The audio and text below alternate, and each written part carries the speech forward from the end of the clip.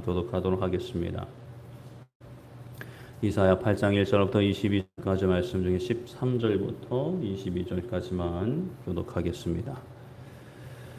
만군의 여호와 그를 너희가 거룩하다 하고 그를 너희가 두려워하며 무서워할 자로 삼으라.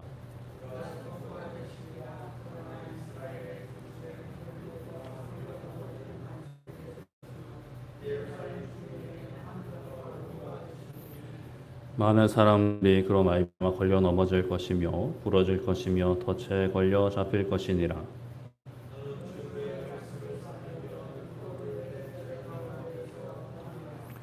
이제 야곱의 집에 대하여 얼굴을 가리시는 여호와를 나는 기다리며 그를 바라보리라.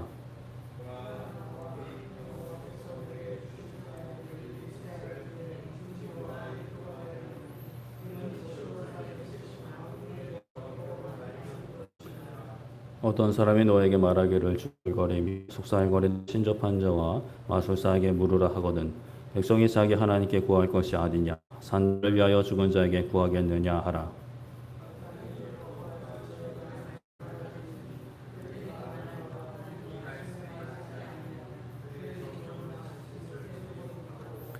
이 땅으로 헤매며 공고하며 굶주릴 것이라. 그가 굶주릴 때 격분하여 자기의 왕과 자기의 하나님을 저주할 것이며 위를 쳐다보거나 땅을 굽어보아도 환난과 흑암과 고통의 흑암뿐이리니 그들이 심한 흑암 가운데로 쫓겨 들어가리라. 아멘.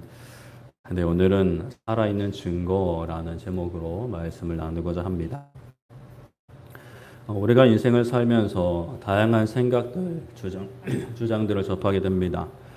그 중에서는 귀가 기울여지는 것도 있고 또는 콧방귀가 끼어지는 것들도 있습니다. 사람마다 이제 다른 사람의 의견이나 주장을 받아들이는 성향이 좀 다르긴 한데 어떤 분들은 명확한 증거나 근거가 있어야만 받아들이는 분들이 계시고 어떤 분들은 그럴듯한 말이라면 그래도 말 들어도 이제 받아들이는 분들이 계세요. 그런데 정말 이제 허무맹랑한 이야기는 좀 확실한 증거가 있어야 좀 받아들일 수가 있겠죠. 증거가 있어도 갸우뚱하기도 하지만요. 조금 극단적인 이야기를 예로 들어보면 누군가 이제 담배는 몸에 좋다라는 주장을 한다라고 좀 생각을 해보겠습니다. 이미 담배는 이제 몸에 해롭다라는 연구 결과가 워낙 이제 많이 있기 때문에 이게 뭐 부정할 수 없다라고 학자들이 많이 이야기를 해요. 그런데 누군가 그러한 주장에 반대하면서 담배는 몸에 좋다라고 주장을 한다면 다른 이제 오늘날 우리 보통 사람들이 어떻게 받아들일까? 그냥 담배를 피고 싶어 하시는 분들이야 환영을 하겠지만 그냥 보통의 그래도 객관적으로 보자고 하는 분들은 저 사람 이상한 사람이라고 이야기할 것 같습니다. 그렇다면 이제 담배가 좋다라고 주장한 사람들에게는 무엇이 필요한가? 바로 증거가 필요하죠. 담배를 이제 피고도 오히려 건강하게 산 사람이 있으면 좋을 것 같은데요. 실제로 그런 사례가 있긴 합니다. 프랑스의 잔 칼망이라는 할머니가 계셨는데 이분이 1875년부터 1997년까지 122세를 살았다고 해요. 그런데 21세부터 117세까지 96년간 담배를 피웠답니다. 담배를 끊는 것도 건강 문제가 아니라 117세 때 시력이 나빠져가지고 혼자 이제 담배에 불을 피울 수가 없어가지고 남한테 피해 끼치기 싫어서 끊었다라고 이제 전해줘요. 제가 직접 들은 건 아니지만 이분이 정말 122세까지 산 게 맞냐라는 어떤 그런 반론도 있긴 합니다. 이게 뭐 딸이랑 꽂히게 했다 뭐 이런 얘기도 있긴 한데 근데 이게 사실이라는 걸 전제할 때 담배를 그렇게 막 꼴초같이 피고도 오래 산 것은 참 놀라운 일이에요. 그래서 이분의 삶을 놓고 담배 피는 게 몸이 좋다라고 뭐 주장하고자 하시는 분들도 계시겠지만 그러나 우리는 이런 경우는 매우 특별한 경우라고 봅니다. 그러니까 매우 특별한 경우이기 때문에 담배가 몸에 좋다라는 주장의 근거로 사용되기에는 무리가 있다라고 많은 사람들은 받아들이겠죠. 이렇듯 어떤 주장이 사람들에게 받아들여지려면 증거가 필요한데 그 증거는 좀 명확할수록 좋고 좀 많을수록 좋을 것 같습니다. 그런데 또 마냥 좋다, 그냥 마냥 많다고 좋은 것은 또 아닌 것은 특히나 앞으로 일어날 일에 대한 사람들의 주장은 많은 사람들이 주장한다고 해서 반드시 맞는 것은 아니에요. 어떻게 그러면 좋은 맞는 주장이 될까? 그 일이 실제로 일어난다면 맞는 주장이 되고 또 그 주장을 하고자 하는 어떤 그 근거, 그 근거도 확실한 근거라고 좀 증명될 수 있겠죠. 이런 관점으로 오늘 말씀에서 이사야는 어려운 길을 가고 있습니다. 하나님께서 이스라엘을 부르셨고 사명을 감당하게 하세요. 그런데 이제 지금 말씀의 배경이 되는 상황은 오늘 새벽의 7장에 이어서 유다 왕 아하스 때라고 이제 볼 수가 있는데요. 아하스는 유다 11의 왕으로 하나님 앞에 악한 왕이었습니다. 우상 숭배에 앞장섰고 이방 나라를 의지하려 했어요. 그 가운데 아람과 북이스라엘 연합을 했고요. 그들은 아수르를 대항하려고 연합했지만 남유다도 적으로 간주했습니다. 왜냐하면 남유다가 이 아수르 편에 섰기 때문이에요. 하나님께서 오늘 말씀 1절에 이사야에게 할 일을 주십니다. 너는 큰 서판을 가지고 그 위에 통역 문자로, 그러니까 사람들이 다 읽을 수 있는 글자로 마헬 살랄 하스바스라스라고 하십니다. 마헬 살랄 하스바스란 그 단어는 어떤 의미인가 하니 노략이 빠르다, 급속한 약탈이다, 이런 의미를 가지고 있어요. 그러니까 이것을 사람들이 볼 수 있는 큰 판때기에 쓰라는 거예요. 그리고 함께 증거할 사람들을 허락하셨는데 진실한 증인 제사장 우리아와 여베레기야의 아들 스가랴를 통해 증언하게 하겠다 하십니다. 이사야만 이 사명을 감당하지 않으세요. 진실된 하나님의 사람들을 통해서도 함께 하게 하시는데 그런데 두 사람밖에 없기는 합니다. 또 여기서 멈추지 않고요. 하나님이 또 말씀하시기를 이사야가 아들을 낳는데 그 아들의 이름도 마할살레 하스바스라고 하세요. 아들의 이름까지 이 단어로 짓게 하시는 거죠. 우리 말로 하면은 박약탈, 김노략 뭐 이런 식으로 이제 짓는 참 부모 마음에 좀 그렇게 좋지는 않을 것 같은데요. 그러나 하나님께서는 그렇게 아들의 이름을 짓게 하시고 말씀하시기를 이 아이가 내 아빠 내 엄마라고 부를 줄 알기 전에 다메섹의 재물과 사마리아의 노략물이 아수르 왕 앞에 옮겨질 것이라 하십니다. 그러니까 아람과 북이스라엘이 아수르에게 침공당해서 그 아수르의 왕 앞에 무릎 꿇게 될 것이라는 거예요. 멀지 않은 이야기가 아니라 한 1년 정도 이렇게 있다가 일어난다라고 말씀을 하십니다. 남유다를 치려고 하는 다윗의 왕조를 무너뜨리려고 하는 북이스라엘과 아람을 하나님께서 아수르 앞에 무릎 꿇게 하시겠다라고 하시는 거예요. 그러한 하나님의 계획을 이사야가 서판에 써서 진실한 증인들을 통해 또 이사야의 아들을 통해 이것을 전하게 하십니다. 여기까지만 보면은 남유다 백성들이 환영하는 이야기예요. 왜냐하면 지금 남유다는 북이스라엘과 아람 반대편에 서 있기 때문에 본래는 이제 남유다에게 손을 내밀었는데 남유다가 손을 뿌리치고 그들의 대적, 그러니까 그들을 위아래서 협공할 수 있는 그러니까 아수르가 여기 있고 아람, 북이스라엘, 남유다 이렇게 보시면 돼요. 그러니까 여기 둘이 편고 여기를 대항하려고 싸우고 있는데 여기 밑에 있던 남유다가 여기 편을 먹은 거예요. 그런 상황인 거죠. 그래서 이제 이 중간에 있는 두 나라가 망하게 된다라는 말씀을 선포하게 하시니까 밑에 있는 남유다는 사실은 좋은 이야기죠. 그런데 하나님께서 남유다의 이 행보, 이 아수르를 의지하는 이 행보를 기뻐하지 않으십니다. 다윗의 집을 위협하는 아람과 북이스라엘도 기뻐하지 않으시지만 그들을 두려워하면서 아수르의 손을 잡는 남유다도 기뻐하지 않으세요. 그래서 5절에 보면 하나님께서 다시 말씀하시는 것은 이 백성, 유다 백성이 천천히 흐르는 실로아물을 버리고 르신과 르말리아의 아들을 기뻐한다 하십니다. 천천히 흐르는 실로의 물은 그러니까 예루살렘으로 흐르는 물줄기로 이제 추측이 됩니다. 그런데 르신과 르말리아의 아들을 기뻐한다 해요. 르신은 아람의 왕이고요. 르말리아는 이스라엘의 왕인데 지금 북이스라엘의 왕은 르말리아의 아들 베가 왕입니다. 그러니까 아람의 왕과 북이스라엘 왕이 기뻐한다라는 거예요.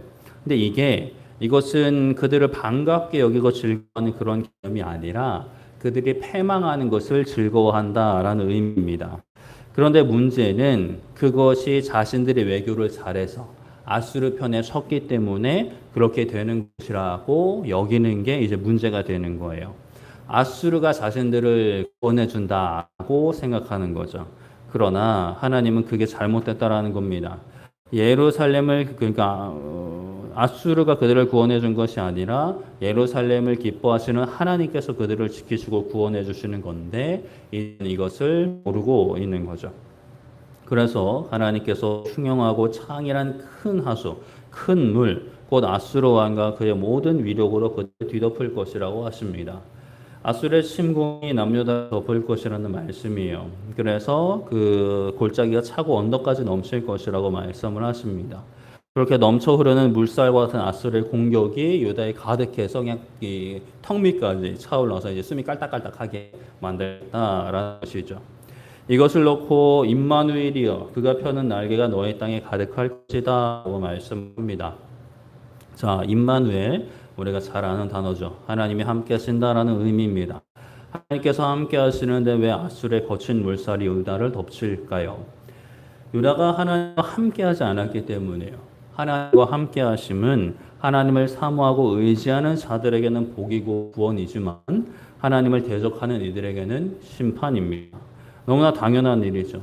그렇게 여기 8절에서 임마누엘은 유다를 심판하시는 하나님인 겁니다. 임마누엘로 오시는 예수님, 예수님이 오실 때 천사들이 임마누엘이라고 했죠. 임마누엘로 오신 예수님도 사실 다르지 않아요. 겸손히 하나님을 찾는 자들에게는 참 구원이 되시는데 하나님을 대적하는 그 자리를 고집하는 자들, 오만한 자리를 고집하는 자들은 심판을 하시게 됩니다. 무서운 분이 되시죠. 그런 무섭게 유다를 벌하시려는 하나님, 그 하나님께서 원하시는 것은 유다의 멸망이 아니십니다. 항상 이제 계속해서 반복되는 거지만 회개하고 돌이키는 것을 진짜 원하세요. 그래서 임마누엘은 무서운 심판, 임박한 심판이기도 하지만 결국에는 또 구원하시는 하나님, 남은 자를 통해 회복하시는 하나님을 가리키기도 합니다. 그래서 9절에 너희 민족들아 함성을 질러 보이라 하면서 그런 끝내 패망할 것이라고 합니다. 여기서의 민족들은 먼 나라 백성들, 수르 백성들을 또 가리키고 있어요. 이렇게 아수르를 통해 북이스라엘과 아람을 이어 유다를 벌하시고 아수르까지 망하게 하실 하나님이라면 그 하나님을 붙들고 하나님께 피해야 합니다. 그래야만 살 수 있어요. 11절에 여호와께서 강한 손으로 내게 알려주시며 이 백성의 길로 가지 말 것을 깨우쳐 이르신다라고 고백합니다. 그러니까 이 백성이 반역자가 있다라고 말해도 너희는 그 모든 말을 따라 반역자가 있다라고 하지 말라 하십니다.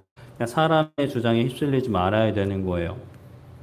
하나님 편에 서는 것이 반역이라고 하여도 그들의 말에 동의하지 말라는 거죠. 왜냐하면 그들은 지금 아수르 편에 서서 이제 나라를 이제 지키려고 하는데 하나님의 선지자들은 아수르 편에 서지 말라고 하니까 이거는 반역자들이다 이렇게 이제 하는 것이죠. 그러나 그들을 두려워하지 말고 또 그들이 두려워하는 것들도 두려워하지 말고 하나님 붙잡을 것을 말씀을 합니다. 오직 만군의 여호와 그를 너희가 거룩하다고 그를 너희가 두려워하며 무서워할 자로 삼으라 합니다. 하나님을 두려워하라는 것이죠. 하나님을 경외하라는 것입니다. 사람이나 고관이나 아수르나 북이스라엘이나 아람이나 두려워하지 말고 하나님을 두려워하라라고 말씀하고 계세요. 16절에 이사야는 누군가에게 명령하는 것 같습니다. 혹은 자기 자신에게 다짐하는 것일 수도 있는데요. 말씀을 싸매고 율법을 봉함하라 합니다. 이건 감추는 거예요.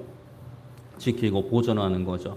그렇게 말씀, 성취하실 하나님의 말씀, 지금은 사람들 거부하고 거짓이라고 손가락질하는 그 말씀을 누군가 바꾸거나 훼손하지 못하게 지키라는 거예요. 봉함하라는 거죠. 그리고 하나님을 기다립니다. 야곱의 집 이스라엘 향해서는 얼굴을 가리시는 그 하나님의 얼굴을 간절히 구하고 있어요. 자신과 자신의 자녀들까지 이스라엘 중에 징표와 예표가 되었으니 이것은 만군의 여호와께로부터 난 것이라고 고백합니다. 자기 마음대로 한 것이 아니라는 거예요. 누가 자기 자식들의 힘을 약탈, 도둑놈, 패망 이런 거 짓고 싶겠어요. 사랑, 희망, 소망이 또는 옛날에 복 들어가는 도 많았죠. 그런 이름으로 짓고 싶지. 19절에 어떤 사람이 시접한 자와 마술사에게 자신의 문제와 앞날을 물으라 하면 백성이 자기 하나님께 구하지 죽은 것에게 구하겠나 하라 하십니다.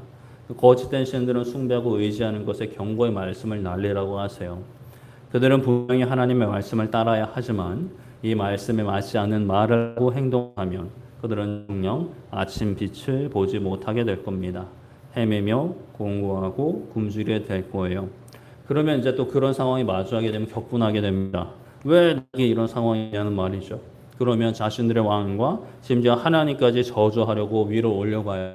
옆을 막 불러가요. 그런데 그들의 눈에 보이는 것은 결국 환난과 해경과 고통의 흑암뿐일 것이다 라고 말씀을 하십니다. 그들은 그러한 흑암으로 뛰어들어갈 거기 때문이죠. 우리가 오늘날 이제 자녀들의 이름을 지을 때는 이제 이렇게 잘 살기를 바라는 마음으로 이름을 지어요. 하나님을 믿는 우리들은 또 하나님을 잘 믿는 삶을 살아라는 의미로 많이 짓기도 하죠. 너무나 복된 일인데 그 이름으로 하나님이 어떤 분이신지도 우리는 드러나야 합니다. 그리고 그 이름뿐만이 아니라 그 증거에 합당한 삶을 살아야 하는 거죠. 하나님은 사랑이시다라는 어떤 이름의 의미가 있다라고 한다면 하나님의 사랑을 누리고 있는 사람처럼 살아야 되는 겁니다. 하나님의 사랑을 누리는 삶은 어떤 삶일까요? 기쁨이 넘치고요, 사랑이 넘치겠죠. 하나님께서 사랑하시는 사람들을 사랑하게 됩니다. 하나님으로 인하여 즐거워하게 돼요. 또 힘들고 어려울 때 다른 사람을 찾는 것보다 먼저 하나님을 찾고 구하고 의지하게 되는 거죠. 그리고 누군가 하나님을 욕보인다, 하나님을 욕한다, 조롱한다라고 하면 화가 납니다. 마음이 아플 수밖에 없죠. 그것이 하나님은 사랑이시다, 나는 하나님의 사랑을 받고 있다라는 어떤 그 사실의 증거가 되는 삶이라고 할 수가 있겠습니다. 우리 모든 이 증인으로 부르심을 받았습니다. 증거로 부르심을 받았어요. 하나님이 어떤 분인지에 대해서, 하나님의 계획에 대해서, 하나님의 마음을 증거하는 증인으로 우리를 부르셨습니다. 그러면 우리는 그렇게 살아가야 하죠. 하나님의 심판이 임박했다라는 마헬 살랄 하스바스라는 이름의 그 의미의 이름을 가졌다면 하나님의 심판이 임박한 것을 말로도 선포하지만 또 심판이 임박한 것처럼 살아야 합니다. 실제로 임박했으니까요. 그럼 어떻게 살아야 될까요? 심판이 임박했으니까 아유 뭐 내일 망할 거 오늘 놀자 막 이러면서 막 노세 젊어서 노세하는 게 아니라 선을 행하고요, 하나님께 나아가 부르짖으며 그 심판 가운데 내가 구원받기를, 또 이 민족도 사실 구원받기를 간구해야 되는 것이죠. 하나님이 심판하신다니까 그냥 끝났다 이게 아니라 심판하신 하나님께 어떻게든 용서받기 위해서, 은혜 받기 위해서 나아가야 되고 엎드려야 하는 것입니다. 심판하고자 하시는 이들 편에 서서, 그러니까 하나님께서 심판하고자 하시는 그 대적들, 오만한 자들의 편에 서서 그들과 함께 당장의 유익을 누리는 것은 심판이 임박했다라고 말하는 삶과는 다른 삶인 거죠. 오늘날 우리들이 증거해야 될 사실들이 있습니다. 예수님이 이 땅에 오셨고 우리를 위해 죽으시고 부활하셨다라는 사실과, 그리고 예수님의 약속대로 성령님이 우리 가운데, 우리 안에 오셨다라는 사실, 그리고 예수님께서 분명히 다시 오실 것이라는 그 사실을 우리는 증거하는 삶을 살아야 돼요. 이것을 증거하는 것은 그것이 사실인 것으로 받아들인 삶을 사는 것입니다. 그런 척을 하라는 게 아니라 우리의 믿음이 또 진짜 믿음이 되어서 그렇게 살아야 하는 것이죠. 아무런 죄가 없으신 예수님이 나를 대신해서, 우리를 대신해 죽으셔서 우리가 죄에서 자유를 얻게 된 것, 그것으로 인하여 우리는 기뻐하고 감사하며 또 죄를 미워하고 죄와 싸우는 삶을 살고, 성령님께서 우리와 함께 계시니 성령 하나님의 인도하심을 구하고 순종하고자 하는 삶을 살며, 다시 오실 예수님을 맞이하기 위해 성실히 사명을 감당하고 언제 예수님이 오셔도 이상하지 않게 세상을 사명 감당하며 열심히 살지만 또 세상에 매이지 않는 삶을 살아야 합니다. 이러한 삶을 살면 세상은 쉽게 받아들이지 않을 겁니다. 이사야와 그의 아들 얼마나 조롱받았겠어요. 너는 아무리 그래도 아들 이름을 그렇게 했냐라고 할 수도 있을 것 같고, 또 무슨 노력이냐, 저 북이스라엘, 그래 북이스라엘은 얼른 노력을 당하겠지, 근데 남유다도 당한다라고, 이 반역자 같은 이 매국노 뭐 이렇게 조롱과 핍박을 받아야 되는 삶이에요. 우리가 이렇게 다시 오실 예수님을 증거하는 것도 복된 소식이기도 하지만 계속돼서 그 소식을 받아들이지 않는 자들에게는 굉장히 불편한 이야기고 굉장히 듣기 싫은 이야기입니다. 그들 입장에서는 우리가 오만한 사람들 보일 것이고 배타적이고 고집불통, 게다가 우리가 조금 우리 전하는 어떤 가치관과 다른 삶을 보이면 거 봐라 앞과 뒤가 다른 사람이라고 아주 그냥 꼬투리 잡아서 우리를 조롱할 것입니다. 그러나 우리는 멈추어서는 안 되겠죠. 수적으로도 하나님을 부정하는 사람들, 예수님을 받아들이지 않는 사람들의 수가 더 많습니다. 다른 곳에도 구원이 있다. 또는 아예 이 세상이 끝나면 아무것도 없다라고 주장하고 그것을 증거하면서 내 삶이 그 증거다라고 말하는 사람들의 우리는 예수님이 다시 오실 것이라는 사실을 증거하는 삶을 살아야 합니다. 우리의 수가 적어도 앞으로 어떤 일이 일어나냐에 따라서 그 주장이 사실인지 아닌지 판가름 됩니다. 지금 당장은 정말 하나님이 안 계신 것처럼 악한 사람들이 성행할 수 있고 흥행할 수 있지만 그러나 우리가 말씀 가운데 이미 그것은 다 드러나 있습니다. 말씀 가운데 이미 다 알려주신 사실이에요. 그러니 또 우리가 거기에 너무 마음 뺏기지 말고 최후 승리 얻을 때까지 우리가 믿는 믿음을 굳게 잡고 말씀을 굳게 잡고 살아있는 증거로서 이 말씀이 또 이 증거이지만 우리의 삶이 또 증거가 되어서 하나님을 증거하고 살아가는 우리 모두 되기를 소망하고 축복합니다. 말씀을 정리하겠습니다. 하나님께서 이사야에게 빠른 노략이라는 의미의 단어를 큰 서판에 쓰게 하시고요. 아들의 이름까지 그렇게 짓게 하라 하십니다. 그래서 전하는 것은 북이스라엘과 아람이 곧 망하기도 하는데 그것으로 하나님을 찾지 않고 다른 것을 의지한 남유다에게도 그 심판의 칼날이 임할 것을 선포하고 계십니다. 이사야는 이러한 세상, 즉 하나님을 거부하는 세상 속에서 아들의 이름까지 그렇게 지어가면서 이제 하나님의 뜻을 증거하는 삶이 되었어야 했습니다. 세상 사람들 같은 길을 가지 않았어요. 시대가 악하기 때문에 선한 삶을 산다는 게 참 쉽지 않지만 그러나 그래도 어찌할 수 없이 생명이 그곳에 있기 때문에 그 길을 걸어가야 하는 것이죠. 우리도 세상이 악하지만 또 세상 속의 소수지만 이 삶을 살아가는 이된 증거의 삶, 증인의 삶을 놓치지 않고 살아가는 우리 모두 되기를 소망합니다. 우리 찬양하고 기도했으면 좋겠는데요. 우리 삶의 이유라는